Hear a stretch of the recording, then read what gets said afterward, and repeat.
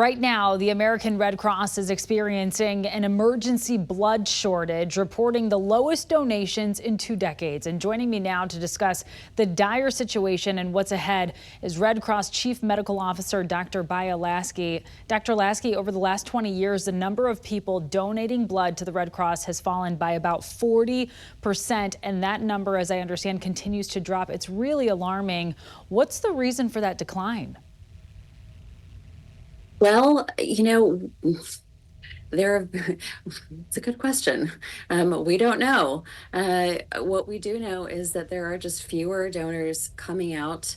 We know that during the winter months, it can be particularly challenging because, we have the winter storms that inhibits our ability to run drives.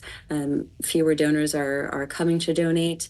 We know that there's seasonal illness like the flu and COVID, which can just compound the situation.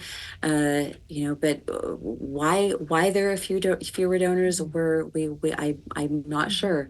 Right now we're recognizing National Blood Donor Month, and so this is in recognition of our donors that have been donating and do donate, and we're so grateful for those. But this is really a plea to the public, to the community, that blood donation is so desperately needed right now.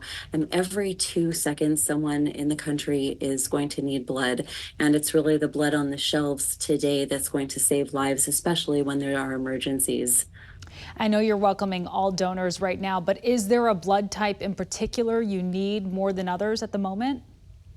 Yes, so type O blood donors are always in greater need. O negative is universal, which means it can be transfused to anybody, and O positive is nearly universal, and it's the most commonly transfused blood type. Of course, we will take anybody, but O donors are in particular need, and also platelet donors. And really right now we are seeing blood and platelets leave the shelves, going to hospitals faster than the donations are coming in. Yeah, that's very concerning. And as I understand, recently the FDA dropped many restrictions in terms of who can donate. They've also introduced a new assessment tool.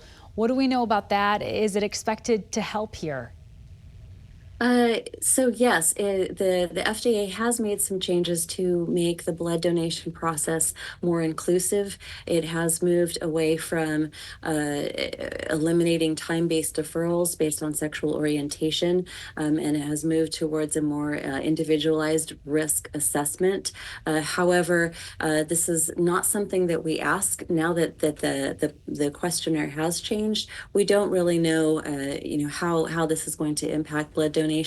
What we do know is that we are falling to critically low levels, and we have even had to limit distributions of some of our most commonly transfused blood types, which is very concerning for patients who are in need of blood. Certainly frightening, because as you mentioned, somebody needs blood every 2 seconds. So I'm hoping people watch this and are urged to get out there and donate and do all that they can. Dr. Baia Lasky with the Red Cross, thank you so much for joining us. Thank you so much.